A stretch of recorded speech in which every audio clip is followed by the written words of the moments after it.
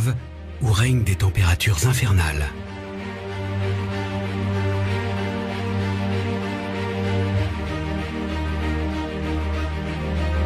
Des horizons où les soleils se couchent deux par deux.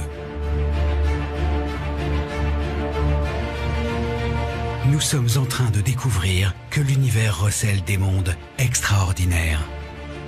Les exoplanètes.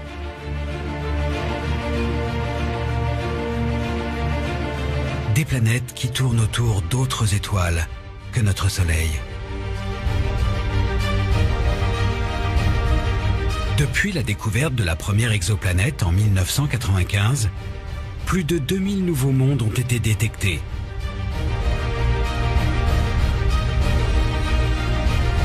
Parmi eux, certains pourraient ressembler à notre Terre et peut-être abriter une forme de vie.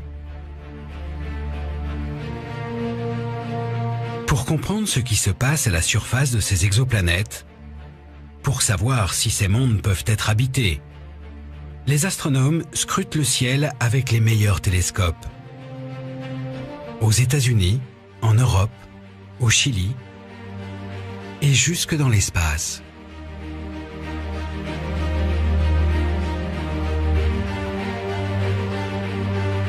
La découverte de ces nouveaux mondes est une aventure scientifique extraordinaire qui a débuté il y a plus de 20 ans. Une quête qui semblait impossible et qui aujourd'hui bouleverse notre perception de l'univers. Cette aventure, c'est celle de chercheurs obstinés qui sont partis à la recherche de ces nouveaux mondes.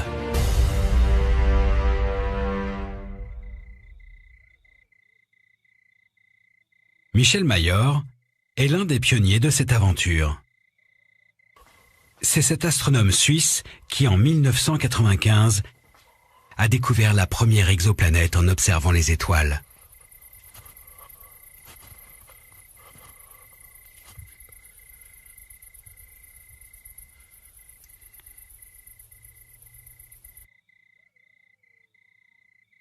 Toujours un sentiment complexe quand on regarde le ciel. Le premier niveau d'admiration, c'est très beau. Et après des années, on reste émerveillé. À l'œil nu, l'homme peut voir au plus quelques milliers d'étoiles, 2, 3, 4 000, ça dépend de la qualité des yeux. En fait, la Voie lactée, c'est plusieurs centaines de milliards d'étoiles. Comme Michel Mayor, depuis des millénaires, l'homme observe les étoiles et se demande si elles ne cacheraient pas d'autres mondes comme notre Terre. Les étoiles, c'est tous des soleils, c'est tous équivalents à notre propre soleil. Notre soleil est plus brillant parce qu'il est plus proche, c'est tout. Imaginez quand vous regardez le ciel, vous voyez tous ces soleils et vous vous posez la question, est-ce qu'il existe des planètes comme autour de notre soleil qui tournent autour de toutes ces étoiles? Très très ancienne question. Et simplement, c'est aujourd'hui qu'on a pu le montrer. Ces planètes sont longtemps restées un mystère. Autour des étoiles, dans le ciel, c'est le noir complet. À première vue, pas la moindre trace d'une exoplanète. Mais comment les observer? Alors, imaginons ici une étoile et à côté une planète qui réfléchit un tout petit peu de la lumière de l'étoile. Et essayons de voir ce que l'on pourra voir si on prend un petit peu de distance par rapport à cette petite simulation. Voilà, nous sommes à quelques mètres déjà et on ne la voit plus. On est complètement ébloui par la lumière de la bougie ici, dans le cas qui nous concerne plutôt évidemment de l'étoile. La planète ne réfléchit qu'une infime partie de la lumière reçue de l'étoile et c'est la grande difficulté pour pouvoir observer directement les planètes extrasolaires. À une certaine distance, elles sont complètement dominées par la luminosité de l'étoile. Cachées dans la lumière des étoiles, les exoplanètes sont invisibles depuis la Terre, inaccessibles. Leur quête semblait donc complètement insensée il y a encore 30 ans. Pourquoi perdre son temps à chercher des astres que l'on ne peut pas voir? Et pourtant, dans les années 80, quelques chercheurs obstinés vont décider coûte que coûte de partir à la recherche de ces mondes invisibles.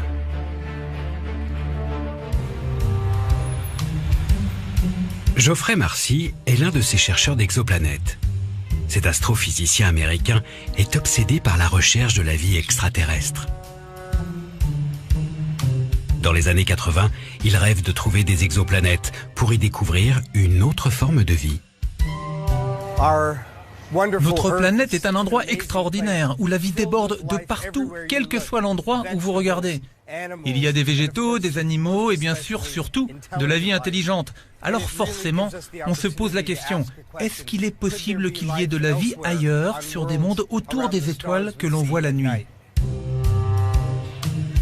Mais à l'époque, personne n'a jamais observé d'exoplanète. Cette quête semble impossible? Comment trouver des planètes que l'on ne peut pas voir? Geoffrey Marcy a une astuce pour détecter ces mondes invisibles. La question est évidemment, comment découvrir des planètes autour d'étoiles alors que ces planètes ne brillent pas elles-mêmes? Eh bien, on a un truc. Ça consiste à regarder une étoile et si une planète orbite autour d'elle, la planète entraîne l'étoile par gravitation. Donc, l'étoile bouge. Comme Geoffrey Marcy ne peut pas voir d'exoplanètes, il veut les détecter indirectement.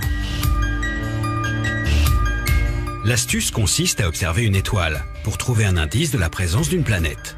Une étoile seule ne bouge pas. En revanche, si une planète lui tourne autour, alors l'étoile se met elle aussi à tourner, à vibrer, à cause de la force gravitationnelle exercée par son compagnon invisible. Si on détecte une étoile qui danse dans le ciel, alors on prouve qu'une planète l'accompagne.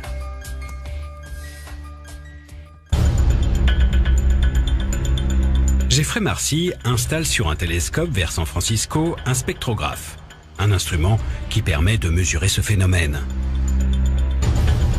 Dans les années 90, il passe ses nuits à scruter le mouvement des étoiles à la recherche d'une exoplanète. Mais à l'époque, ses collègues ne le prennent pas au sérieux.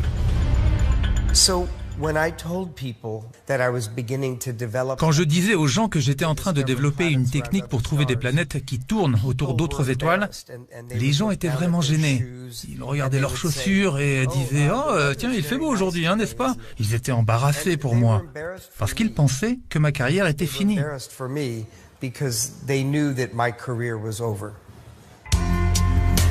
Geoffrey Marcy n'est pas le seul à s'être lancé dans cette course un peu folle. Au milieu des années 90, de l'autre côté de l'Atlantique, à Genève, Michel Mayor et l'un de ses étudiants de l'époque, Didier Queloz, tentent eux aussi le même défi. Ils essaient de trouver des exoplanètes en étudiant le mouvement des étoiles. C'est très difficile de trouver une planète. C'est des objets très petits, des objets qui perturbent très peu leur étoile, donc ça reste une énorme difficulté technique. C'était un domaine sans résultat majeur, c'était un domaine où on attendait de trouver les premières planètes, donc ça restait un peu un domaine confidentiel. Les gens voyaient des planètes autour des étoiles dans Star Trek, dans Star Wars et dans les romans de science-fiction. Mais c'était de la fiction. Et les gens font une distinction claire entre la science-fiction et les sciences. En 1995, les Suisses s'installent à l'Observatoire de Haute-Provence en France. Ils ont eux aussi fabriqué un spectrographe avec les équipes CNRS pour mesurer le mouvement des étoiles. Quand ils commencent leurs observations, Michel Mayor et Didier Queloz s'attendent à une traque longue et éprouvante.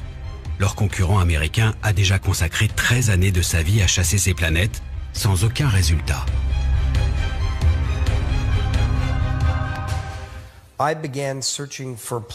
J'ai commencé à chercher des exoplanètes en 1983. J'ai travaillé tous les jours, les week-ends. J'ai travaillé le soir jusqu'à minuit, toutes les nuits, à essayer de développer la technique, l'optique, les logiciels. Mais je n'ai eu aucun résultat.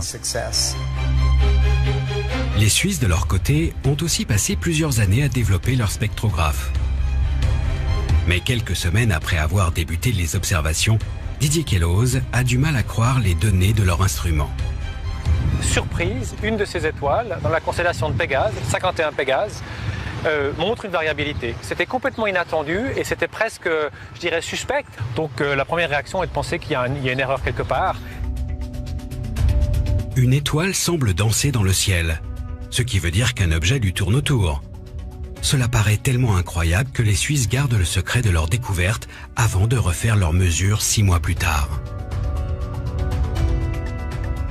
Et c'est à ce moment-là qu'avec Didier, on se permet quelques folies de trinquer avec du champagne et avec quelques gâteaux. La clairette de Die. La clairette de Die, exactement. Parce qu'à ce moment-là, on se dit, oui, on n'y échappe pas, c'est une planète. L'étoile qu'ils observent se situe dans la constellation de Pégase, à plus de 50 années-lumière de notre système solaire. Autour de cette étoile, 51 Pégasi B, la planète qu'ils découvrent, ne serait pas comparable à la Terre. Ce serait une boule de gaz géante, très proche de son Soleil, et dont les années ne dureraient que 4 jours. C'est facile à s'imaginer. Vous imaginez Jupiter, un peu plus petit, parce que la masse est à peu près la moitié. Simplement, elle est tellement près de l'étoile, 8 fois le diamètre de l'étoile, que la température à la surface est absolument gigantesque.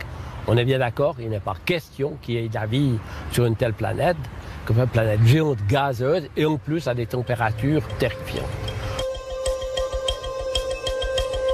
Cette planète serait tellement extraordinaire que selon les théories de l'époque, elle ne devrait pas exister. Elle est beaucoup trop proche de son étoile. Dans notre système solaire, les planètes sont bien ordonnées.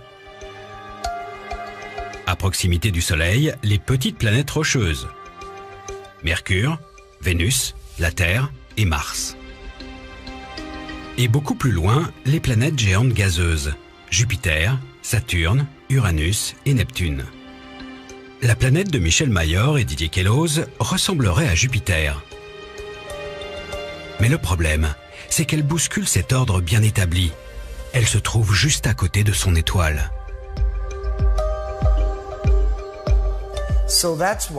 C'est pour cela que la découverte de 51 Pégasi B était si surprenante. Comment était-il possible, avec la connaissance de notre système solaire et une théorie qui disait clairement que les Jupiters naissaient loin de leur étoile, que 51 Pégasi se trouvaient ici? C'était fou, ça n'avait aucun sens. Cela semblait même défier les lois de la physique. Mais en fait, non. Une des conséquences majeures de cette découverte, c'est de montrer qu'il faut tenir compte d'un ingrédient physique majeur, qui est le fait que les planètes naissent loin et après peuvent migrer et se rapprocher des étoiles. Voilà, c'est en ça que 51 Pégase secouait nos connaissances relatives à la formation des planètes.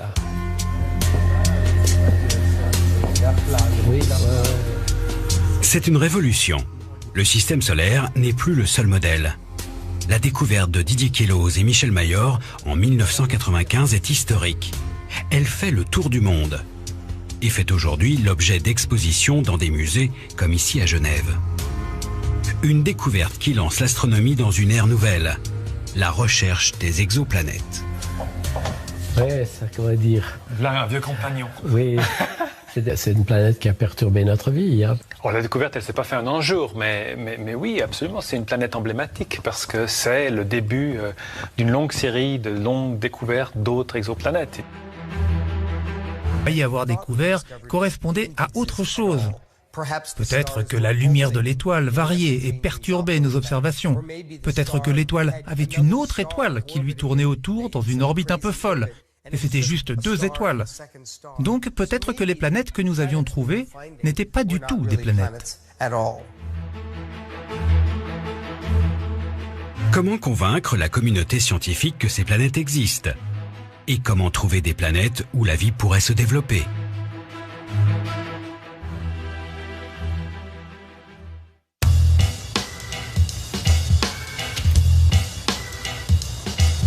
En En 1999, un jeune étudiant canadien de 25 ans, David Charbonneau, s'intéresse à une technique d'observation qui va révolutionner la recherche d'exoplanètes. Voilà un soleil, et le soleil a une planète. Un transit, c'est vraiment très simple. À chaque fois que la planète passe devant son étoile, cela cache un peu la lumière. Et donc, pendant ce petit laps de temps, on voit l'étoile qui devient un peu moins brillante. La planète continue son chemin et l'étoile redevient plus brillante. Il ne se passe rien jusqu'à ce que la planète ait fait le tour complet. La deuxième fois que nous voyons un transit, nous connaissons non seulement la taille de la planète, mais aussi combien de temps il lui faut pour faire le tour de son étoile. David Charbonneau veut donc observer un transit. Une baisse de luminosité d'une étoile due au passage d'une planète. Et en 1999, justement, Michel Mayor vient de détecter une nouvelle exoplanète autour d'une étoile, qui répond au doux nom de HD 209 458. D'après ses observations, la planète passe devant son Soleil tous les 3 jours et demi. C'est vers cette étoile que David Charbonneau va pointer son télescope.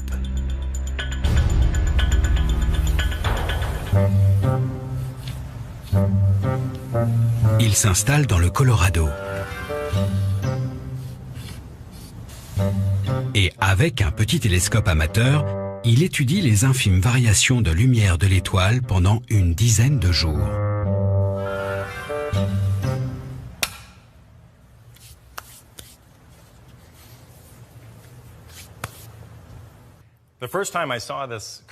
La première fois que j'ai vu cette courbe, bien sûr, c'était sur mon ordinateur quand je collectais les données de HD 209 458. C'était la chose la plus excitante que j'ai jamais vue. J'étais le premier à voir cela. L'étoile brille d'une manière constante, jusqu'à ce que la planète lui passe devant. Nous pouvons déduire de la baisse de la luminosité de la courbe la taille de cette planète. Et ce qui est important, c'est que la deuxième fois que cela se produit, nous connaissons la distance entre la planète et l'étoile. Cette courbe simplissime va apporter de nouvelles informations cruciales sur les exoplanètes. Jusqu'ici, la première méthode de détection, le mouvement des étoiles, on connaissait la masse d'une planète. Maintenant, on mesure aussi sa taille. On peut ainsi dresser le portrait robot des planètes découvertes et le comparer au seul astre de l'univers où la vie ait été détectée, notre Terre. Mais qu'est-ce qui rend notre Terre si accueillante? Quels sont les éléments de confort indispensables sur une planète pour que la vie se développe? Si on se sent beaucoup mieux sur la Terre que sur une planète gazeuse, c'est avant tout parce qu'elle est solide, rocheuse. On peut maintenant savoir si une planète située à des années-lumière de chez nous a ce même niveau de confort, grâce au mouvement des étoiles et au transit. Quand vous voyez une planète passer devant son étoile, alors vous pouvez déterminer la masse précise de cette planète. Mais vous pouvez aussi en déduire sa taille. Et si vous connaissez la taille d'une sphère et la masse de cette sphère, alors vous pouvez calculer sa densité. Et automatiquement, ce que l'on cherche à trouver, ce sont des planètes qui ont la même taille que la Terre, qui sont très très denses et faites de roches. Bien sûr, si vous cherchez de la vie dans l'univers, ce sont ces planètes qu'il faut chercher. Et c'est grâce au transit que l'on peut dire, peut-être que nous avons une planète comme la Terre. Mais il faut plus qu'une planète rocheuse pour que la vie se développe. Il faut aussi des températures clémentes pour conserver un élément précieux, de l'eau à l'état liquide. Si vous avez une planète très très proche de son étoile, et s'il y a de l'eau à sa surface, alors elle va s'évaporer et partir dans l'atmosphère. Ce n'est pas vraiment l'endroit rêvé pour vivre. Si vous déplacez la planète un peu plus loin, il y a un moment où l'eau va se condenser et va former des océans. C'est le début de la zone habitable. Mais si vous continuez à éloigner la planète de son étoile, il y a un moment où l'eau se transforme en glace. Et ce n'est pas non plus un endroit idéal pour la vie. Donc, il y a cette zone ni trop chaude ni trop froide que l'on appelle la zone habitable.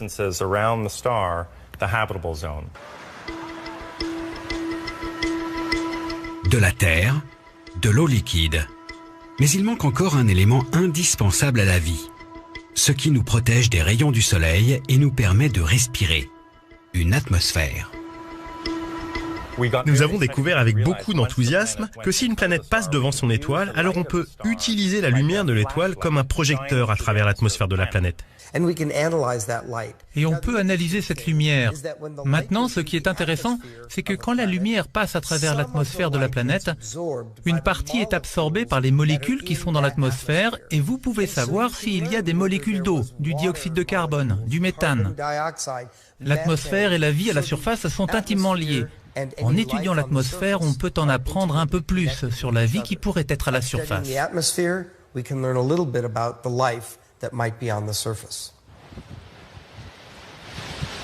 L'exoplanète idéale est donc une jumelle de notre Terre, rocheuse, à la bonne distance de son étoile et avec une atmosphère. Mais il est impossible de détecter ce type de planète depuis la surface de la Terre. Ces planètes rocheuses sont de petite taille. Quand elles passent devant leur étoile, la baisse de lumière est infime. Et notre atmosphère, comme un filtre, brouille la lumière qui vient des étoiles et nous empêche de détecter ces si petites variations.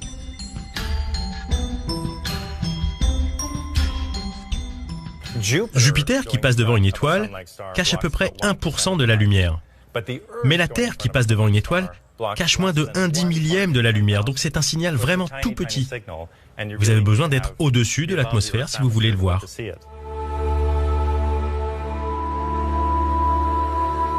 L'atmosphère est un rempart qui nous empêche de trouver des petites planètes comme la Terre. Comment savoir si ces planètes existent et comment les observer ? À la fin des années 90, les chasseurs d'exoplanètes ont un rêve. Envoyer un télescope dans l'espace pour trouver enfin ce qu'ils cherchent, des mondes habitables.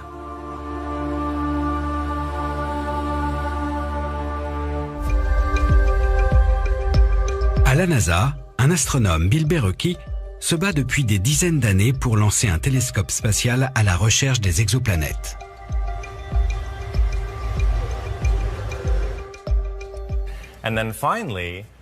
Et puis finalement, en 2000, juste après la découverte du transit de HD 209 458, sa proposition a été acceptée. Il rassembla une grande équipe, trouva finalement l'argent nécessaire. C'était un vaisseau spatial très compliqué, donc il a fallu 9 ans pour le construire, et finalement, il fut prêt pour le décollage en mars 2009. T-10, 9, 8, 7, 6, 5, 4, 3, Après toutes ces années d'attente, enfin, le 7 mars 2009, une fusée Delta II décolle de la base de lancement de Cap Canaveral en Floride. À son bord, le télescope spatial Kepler, un super chasseur d'exoplanètes qui emporte avec lui tous les espoirs des astronomes. Ça m'a donné la chair de poule.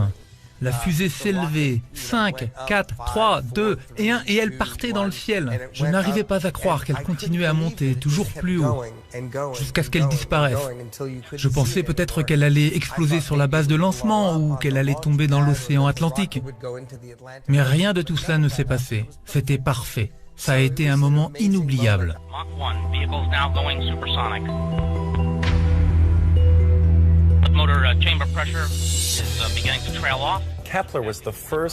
Avec Kepler, c'était la première fois dans l'histoire de l'humanité que les humains construisaient un instrument qui allait permettre de trouver une planète comme la Terre. Et donc pendant le décollage, quand je regardais Kepler s'élever dans la nuit noire et puis rejoindre son point d'orbite, je savais que ça allait être une grande première et que nous allions enfin pouvoir faire ces observations.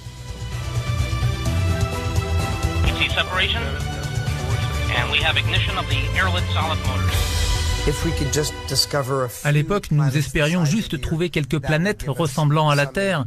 Nous n'avions aucune idée de ce que nous allions découvrir. Avec Kepler, une nouvelle aventure commence, à la recherche des exoplanètes qui ressemblent à la Terre. Le télescope va filmer en continu pendant 4 ans 150 000 étoiles. et traquer les petites baisses de luminosité causées par le passage des planètes.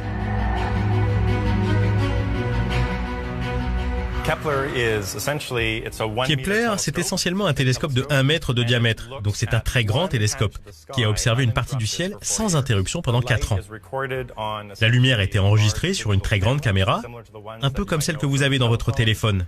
Mais c'était un capteur énorme, gros comme cela. Cette caméra avait un très grand nombre de pixels qui enregistraient chacun la lumière d'une étoile différente. En fait, c'était une caméra si précise que Kepler ne pouvait pas renvoyer toutes les données. Nous devions choisir à l'avance quelles étoiles nous voulions observer. Kepler nous a ainsi renvoyé les données de 150 000 étoiles, alors qu'il en avait observé plus de 5 millions. Les données à analyser sont gigantesques. David Charbonneau et Geoffrey Marcy font partie de l'équipe de la NASA qui traite les résultats de Kepler. Et au bout de quelques mois, ils découvrent avec impatience les premières planètes. Lorsque nous avons découvert la première récolte de données de Kepler, nous étions comme des enfants, ouvrant un trésor. Déjà, le satellite fonctionnait, et on pouvait voir des petites planètes, avec des orbites assez courtes. Évidemment, au bout de quelques mois d'observation, on ne pouvait pas voir les planètes très loin de leur étoile. Mais pour moi, la première découverte vraiment renversante, c'était une étoile avec plusieurs planètes autour. Les astronomes s'émerveillent de planètes qui, comme dans notre système solaire, dansent autour de la même étoile. Mais Kepler a encore mieux à révéler. Nous étions en train d'étudier une étoile découverte par Kepler qui s'appelait Kepler 10. Une étoile dont la luminosité baissait à cause d'une planète, une très petite planète. Et on se demandait si cette planète était de gaz ou rocheuse.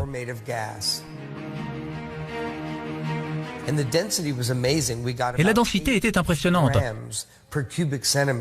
On avait à peu près 8 grammes par centimètre cube. Et la Terre, elle, a une densité de 5,5 grammes par centimètre cube. Donc, c'était une planète encore plus dense que notre planète Terre.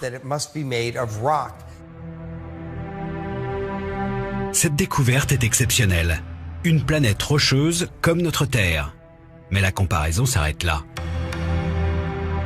Kepler 10b est un monde de lave où les températures ne descendent jamais en dessous des 1500 degrés. Impossible d'imaginer que la vie puisse se développer dans cette fournaise. Pour trouver des petites planètes à bonne température dans la zone habitable, il faut patienter.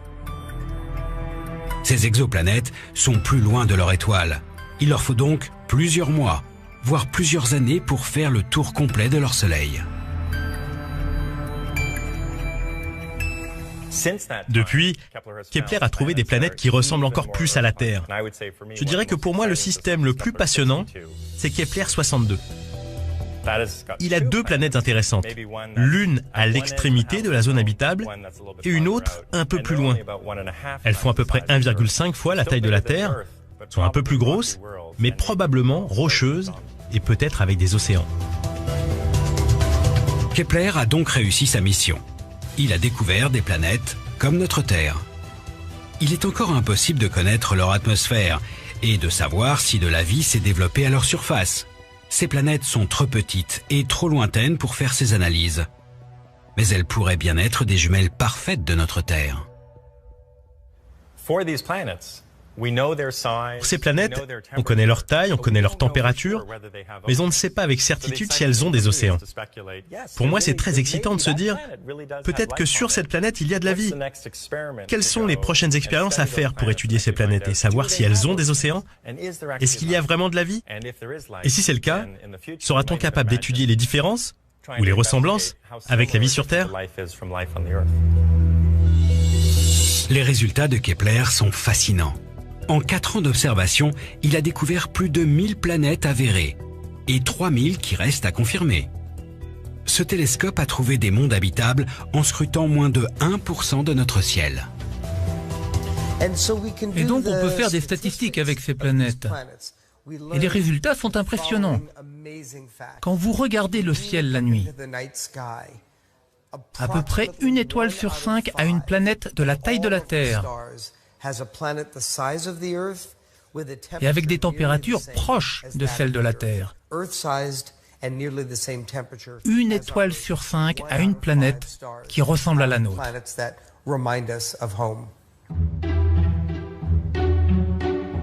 Kepler a bouleversé notre perception de l'univers. Il y a donc probablement des exoplanètes par milliards dans notre galaxie. Mais le satellite ne détecte en fait que des courbes, que des signes de leur présence. Les planètes restent invisibles. Peut-on voir ces mondes situés à des années-lumière de notre Terre ?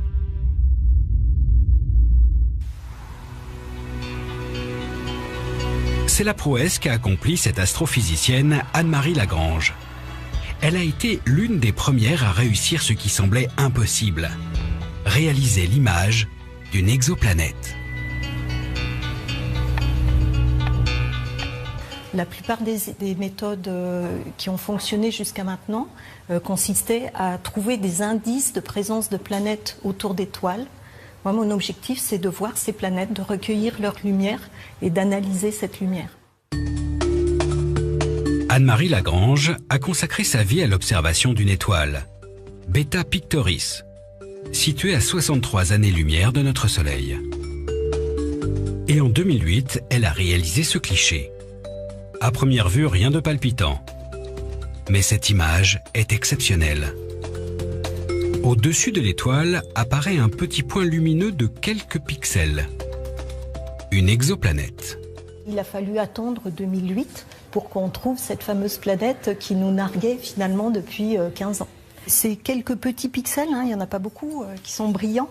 En fait, ils sont très très importants parce qu'ils prouvent qu'on peut détecter des planètes en imagerie directe. Évidemment, ces images ne sont pas encore spectaculaires. Mais c'est un exploit de discerner les exoplanètes de la lumière de leur étoile. Comment Anne-Marie Lagrange réussit-elle à voir ces mondes jusqu'ici invisibles ? Pour le comprendre, il faut se rendre à l'autre bout de notre planète, au nord du Chili. Au milieu du désert d'Atacama, l'endroit semble complètement dépourvu de vie. Dissimulée dans ce paysage lunaire, une base souterraine. C'est ici que vivent une centaine d'astronomes. S'ils viennent du monde entier dans ce désert, c'est pour utiliser les plus puissants instruments d'astronomie de la planète. Au-dessus de la base, sur le mont Paranal, à 2635 mètres d'altitude, se dressent 4 géants d'acier.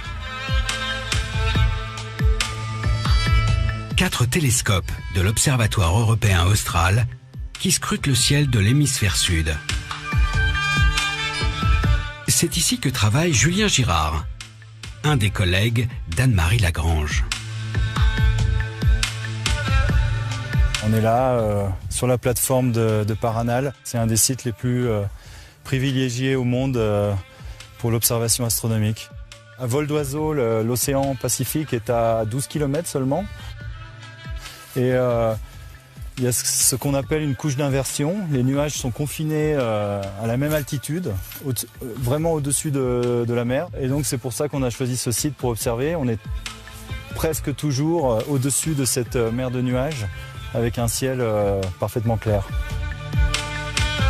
Un décor surnaturel qui offre plus de 350 nuits par an sans le moindre nuage au-dessus des télescopes.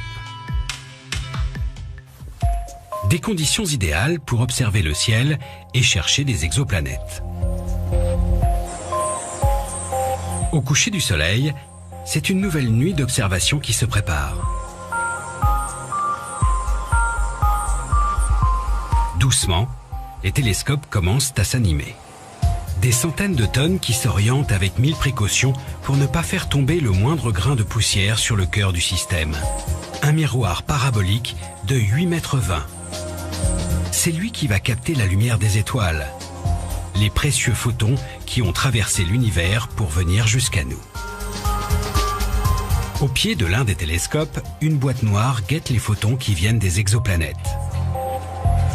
C'est cet instrument qu'utilise Anne-Marie Lagrange pour réaliser des images des mondes invisibles. Ce qui se passe à l'intérieur de la boîte noire a été préparé ici, à Grenoble.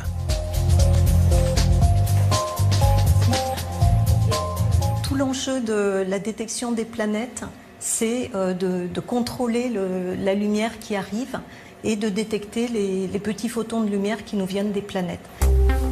Dans ce laboratoire, tout se passe comme dans la boîte noire au Chili. Sauf qu'ici, c'est un rayon laser qui simule la lumière de l'étoile. Comment fonctionne cet instrument qui distingue la planète de son Soleil? Alexis va tourner un bouton qui nous permettra de cacher cette étoile avec un masque focal.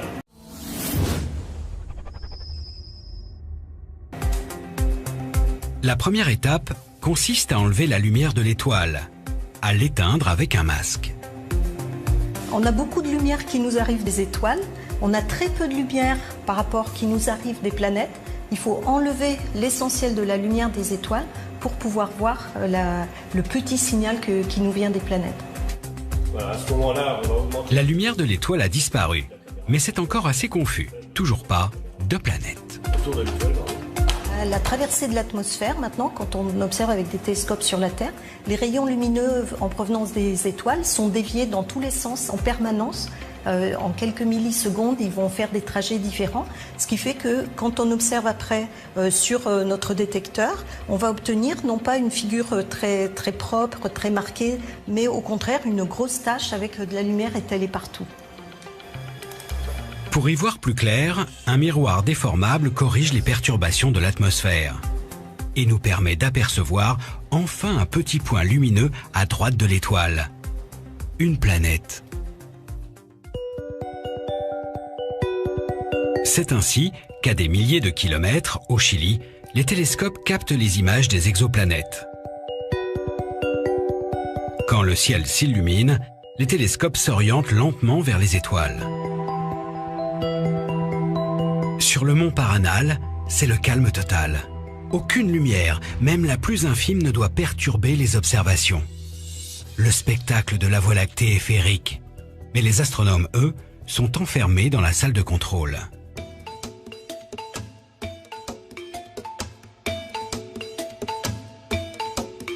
Derrière son ordinateur, Julien Girard observe en direct l'image fabriquée par l'instrument qui cache la lumière des étoiles.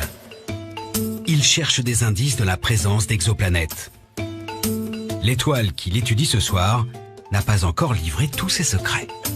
Notre système solaire à nous, il a 4,5 milliards d'années. Et ça, c'est vraiment un bébé système solaire, quoi. Le cercle qu'on voit là, c'est réel, c'est du signal astrophysique. Donc là, c'est un disque protoplanétaire vu de face, complètement de face, puisqu'on le voit complètement circulaire. Et donc ça, c'est de la poussière autour de cette étoile jaune. Donc ce disque, on peut espérer qu'il ait peut-être formé des planètes, ou bien le sillon à l'intérieur a été creusé par une planète ou par plusieurs planètes. Pour l'instant, l'imagerie ne permet de voir que des planètes géantes et assez loin de leur étoile. Mais ces mondes cachés se révèlent désormais à nous.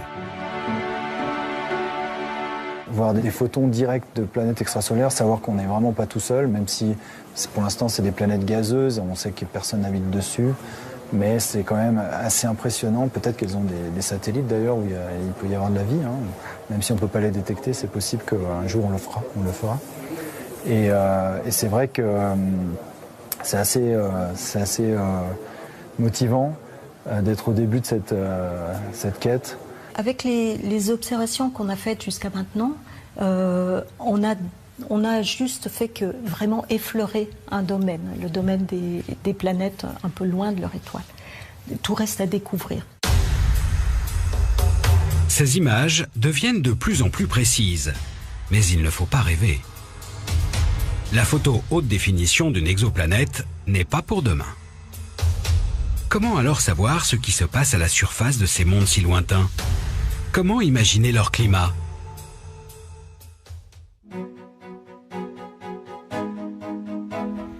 C'est la mission de Franck Celsis. À l'Observatoire de Bordeaux, cet astrophysicien récupère les données des télescopes et simule ce qui se passe à la surface des exoplanètes.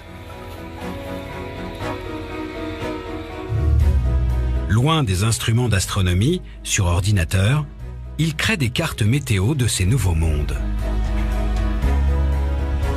T'as pu avancer là? Ouais, je viens d'avoir les derniers résultats là, de la simulation. Aujourd'hui, avec son collègue Jérémy Lecomte, il s'intéresse à une planète rocheuse, dans la zone habitable. Mais sur cet astre, la météo est bien différente de celle de notre Terre. Cette planète Kepler 186f, on pense, on n'a pas pu l'observer, mais on en est convaincu, qu'elle présente toujours la même face à son étoile. De la même façon que la Lune présente toujours la même face à la Terre. Et ça a des conséquences climatiques assez dramatiques, puisqu'il y a tout un hémisphère de la planète qui ne voit jamais la lumière du Soleil. Alors justement, là on voit par exemple sur ce côté-là, on voit plutôt l'humidité. Donc humidité qui est très forte du côté jour, puisque c'est comme dans les tropiques, en fait, le Soleil évapore beaucoup d'eau. Et grâce à des ondes atmosphériques, et les vents transportent cette humidité du côté nuit, où on va avoir en fait de la précipitation sous forme de pluie, sous forme de neige. Les mondes que Franck étudie sont si surprenants qu'ils dépassent parfois les fantasmes les plus fous des récits de science-fiction. Les écrivains, les auteurs de science-fiction, ils se sont pas mis les mêmes contraintes que se mettent les scientifiques, et ils sont allés franchement dans cette exploration, que ce soit au cinéma, dans les livres, et ils ont parfois imaginé et décrit des configurations qu'on trouve effectivement. Dans la bibliothèque de Franck se cachent des mondes de science-fiction aujourd'hui bien réels.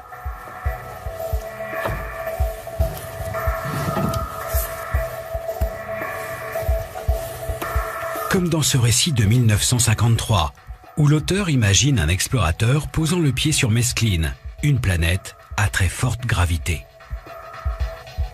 Lackland avait une masse d'environ 80 kg. Son scaphandre, un miracle de technique en son genre, pesait tout autant. Sur l'équateur de Mescline, donc, homme et scaphandre pesaient approximativement 425 kg. Il n'aurait pas pu faire un pas sans un ingénieux servomoteur dans les jambes.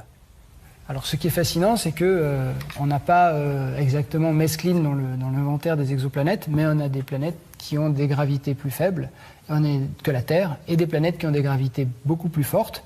Un des cas extrêmes, par exemple, est une planète qui s'appelle Kepler 10c. C'est une planète qui fait environ 2,3 fois le rayon de la Terre et qui pèse 17 fois plus. Et donc, sur cette planète-là, on a une gravité qui est environ 3 fois la gravité terrestre, c'est-à-dire que quelqu'un qui pèse 80 kg sur Terre va peser 240 kg sur cette planète-là. Les auteurs de science-fiction ont aussi souvent décrit des planètes océans, entièrement recouvertes d'eau. Et il y a une exoplanète qui s'appelle Gliese 1214b, qui a été découverte par David Charbonneau avec son projet Emers, et dont la masse et le rayon tentent à nous faire penser qu'on a là une planète océan, probablement sans continent et très très riche en eau. Est-ce que la vie peut trouver un chemin dans un monde comme ça? C'est une question que l'on se pose. La NASA a découvert une autre planète qui a fait rêver tous les fans de la saga Star Wars. Kepler 16b tourne autour de 2 étoiles. Comme la planète Tatooine, sur laquelle Luke Skywalker admire un double coucher de soleil.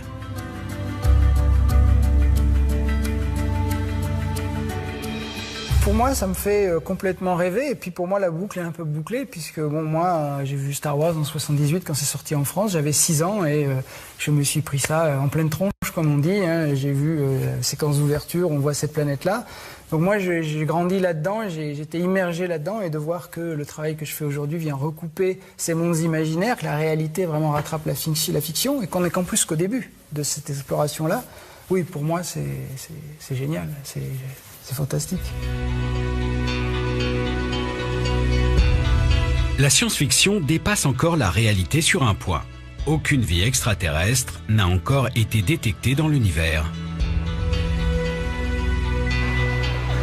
Et même si on trouvait une exoplanète jumelle de notre Terre, rocheuse, avec de l'eau et une atmosphère accueillante, est-ce suffisant pour qu'il y ait de la vie à sa surface? Est-ce que la vie est un phénomène banal qui peut se développer partout dans l'univers? Ou est-ce un événement exceptionnel qui ne s'est produit qu'une fois sur notre Terre? Pour répondre à cette question, il faudrait d'abord comprendre comment la vie est apparue sur notre planète. Un mystère qu'essaye d'élucider cet astrobiologiste, Louis Lesergent d'Andecourt, dans son laboratoire d'Orsay en banlieue parisienne. Il cherche à reproduire les événements qui, sur notre planète, ont permis de fabriquer du vivant à partir de l'inerte. La Terre s'est formée il y a 4,5 milliards d'années à peu près, et la vie est apparue sur Terre aux alentours de 3,8 milliards d'années. Moi, ce qui m'intéresse réellement, c'est en laboratoire, regarder quelles sont les conditions chimiques, alors réellement chimiques, qui ont prévalu à l'apparition de la vie, bien entendu, à ce qu'on pourrait dire l'émergence de la vie. Les éléments de base de la vie sont présents partout dans l'univers. Mais pour savoir si la vie peut apparaître ailleurs, sur des exoplanètes, il faut d'abord comprendre comment les pièces du puzzle se sont assemblées sur notre Terre pour créer du vivant. Tous les éléments que vous avez ici proviennent effectivement des étoiles. Donc le lien entre le cosmos et le fait qu'il y ait de l'inerte et du vivant, il est assez évident. Le problème, c'est que moi, ces pièces de puzzle, je ne sais absolument pas comment les relier l'une à l'autre, et surtout si c'est moi qui le fais, eh bien, en quelque sorte, je vais tricher. Et donc, il faut essayer de contourner ce problème en se disant comment est-ce que je veux pouvoir organiser la matière en intervenant dessus le moins possible, mais dans des conditions qui, d'une certaine manière, dupliquent ce qui s'est passé sur la Terre à ce moment-là. Dans son laboratoire, au milieu de tous ces tuyaux, Louis d'Andecourt essaye de reproduire la naissance de la vie. Il manipule des molécules présentes dans l'univers, du méthanol, de l'ammoniac, de l'eau, et les soumet aux conditions qui existaient sur Terre il y a plusieurs milliards d'années. Et il observe ce qui se passe. Pour l'instant, il arrive ainsi à créer des briques élémentaires de la vie comme des acides aminés ou des sucres. On est encore très loin de cellules vivantes.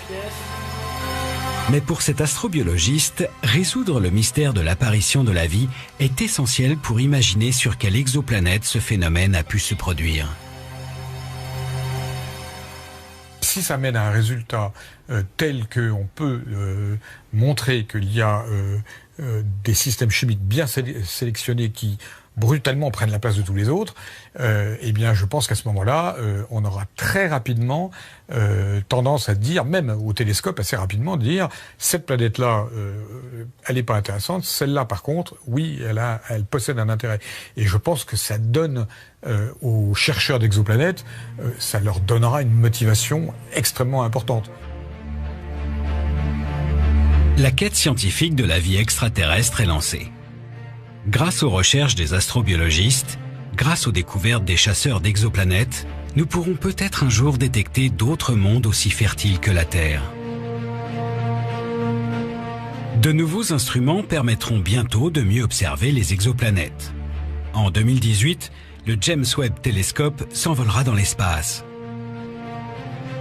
Et sur Terre, en 2024, un télescope géant de 38 mètres de diamètre, l'Extremely Large Telescope au Chili, permettra de faire des images plus précises de ces mondes. Le champ d'exploration est inouï. 2000 exoplanètes ont été détectées aujourd'hui, mais il en reste des milliards à découvrir. Cette aventure lancée par quelques astronomes en 1995 n'en est qu'à ses débuts et s'annonce comme l'une des plus passionnantes que la science va mener. C'est fantastique de se retourner sur ces 20 dernières années et de réaliser qu'à cette époque, nous ne connaissions pas d'exoplanètes. Nous ne savions même pas si notre système solaire était rare ou répandu. Maintenant, on sait que les planètes comme la Terre sont probablement très communes. Et je me sens chanceux, fier même, que Michel Mayor, David Charbonneau et moi-même, ainsi que d'autres gens, ayant vraiment fait avancer ce champ de recherche qui, finalement, n'en est qu'à ses débuts. Pour moi, ce qui serait génial, ce serait de commencer ma carrière comme astronome et de la finir comme biologiste. Nous sommes la première génération à avoir la technologie pour chercher de la vie ailleurs dans l'univers. Il y a plus de 2000 ans que les gens se posaient de telles questions. Et cette question a été débattue au cours des 2 derniers millénaires, au niveau philosophique, évidemment. C'est un énorme privilège pour notre époque d'avoir pu transformer ce vieux rêve de l'humanité en un objet de la science d'aujourd'hui.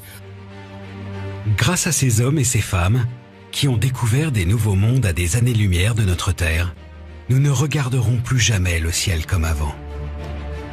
Au-dessus de nos têtes, derrière une étoile, se cache peut-être une planète qui bouleversera le destin de l'humanité.